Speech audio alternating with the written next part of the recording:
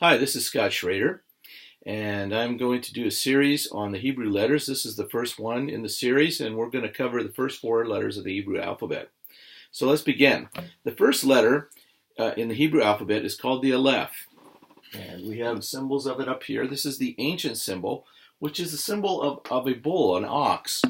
And the idea behind this letter is that it means strength or to be first or a leader.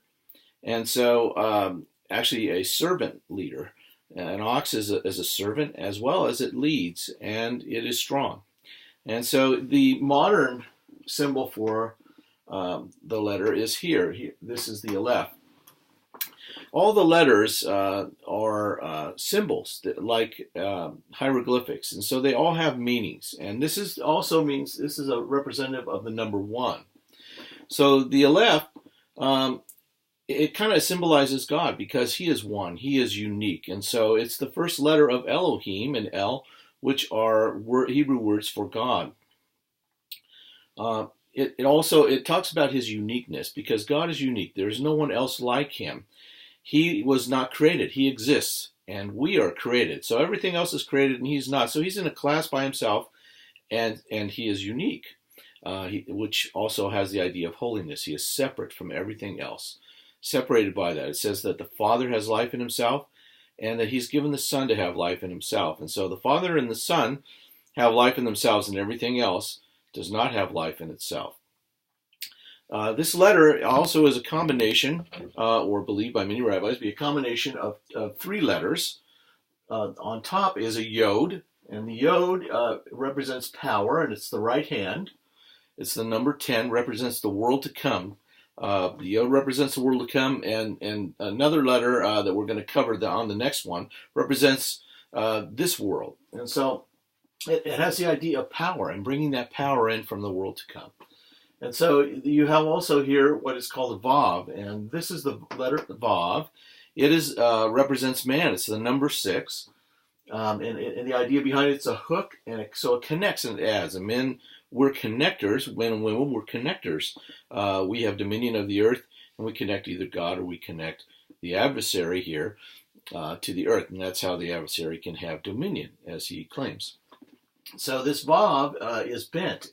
And so the idea is there is power that comes down on the prostrate man, the man who humbles himself, and then power, the yod, there's another yod on the bottom, and power flows out of him. We see this depicted by the small. This letter is made small, depicting Moses in one of the books of the Bible. And so it also represents God. And some people would look at this as the Father, the Son, and the Holy Spirit. The Father represented as the top yod. The Son, of course, bowed himself, humbled himself as a man, and the Holy Spirit then flowing through him. So it's very important that we also gain this concept that as we bow, the Holy Spirit comes upon us and will flow through us as we bow and we humble ourselves. And it says the greatest of us will be a servant, that will be one that's humble. Moses was the most humble, meekest man on the face of the earth, and God used him mightily. So there's the lesson of the Aleph. Next we have the bet, or the bait. The bait is the house. It means a house or a tent. This is the ancient symbol. And it's kind of a tent divided into two parts. You have the first part where the men were and the inside where the women were protected. And so there's the idea that it's a kind of like a floor plan, looking at a floor plan from the top, and can also mean a plan. This is the first letter in the Bible. It begins with house, and it represents more than one. And so, or the plan of God. And as we'll look later, once we go through some of these letters, we'll look at the first word in Genesis because it has a meaning. It kind of explains the Bible from the beginning, the story from the beginning. And so this is the first letter of the Bible. It begins with a house because it's talking about the creation and creation of man. So house can be, house in the Hebraic understanding is from the whole universe is a house all the way down to an atom is a house. So it just has that idea of plurality in it. And so it's sometimes depicted as 3 vavs. And so you have one vav on the bottom that's prostrate. It kind of has the duality of man both physical and spiritual. So the physical man bows. He then can stand, and then he can ascend, so to speak, to God, and his spirit bows to God, and he can have communion with God. And so we are that house. We are a temple of the Holy Spirit, it says. And that's what the temple actually in Hebrew is, a house. It's Beit Mikdash. It's the holy house. And so you have to understand that all these concepts have to do with house, and there are many of them, and we'll go into that in some of the studies later. But understand, this is the first letter of the Bible, and it represents plurality.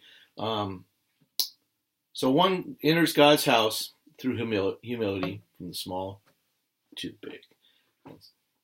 So let's next look at the third letter.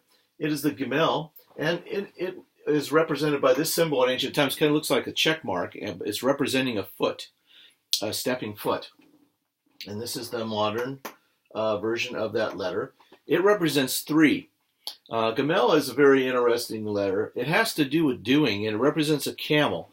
You might think, well, that's kind of interesting, a camel. But when you think about foot and camel, a camel can drink a huge amount of water, and then it can be sustained for a long time. And so they would use the camel to ride the camel through the desert. And so it had to do with moving and foot and being content.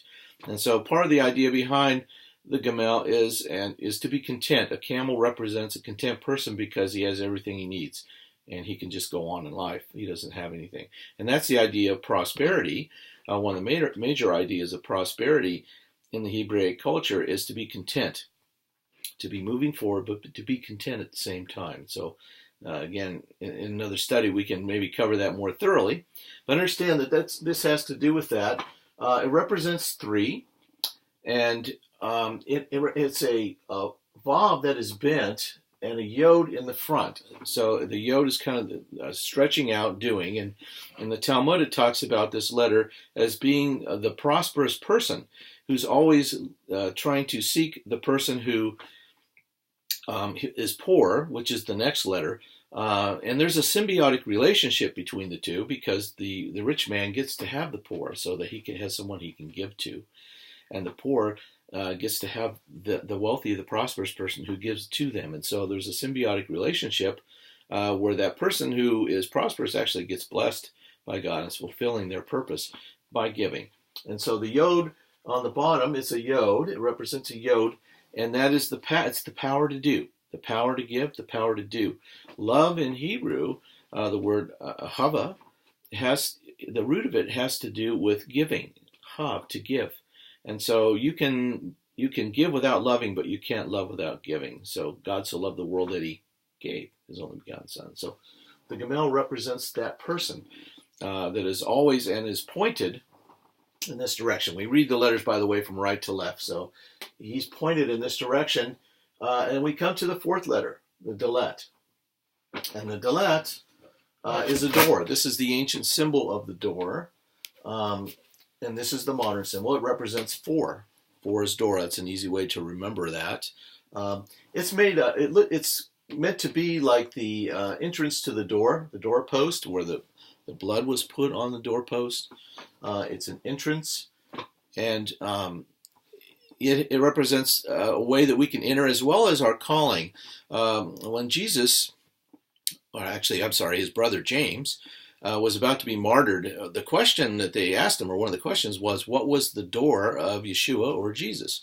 And so that has to do with our entrance into the world as well.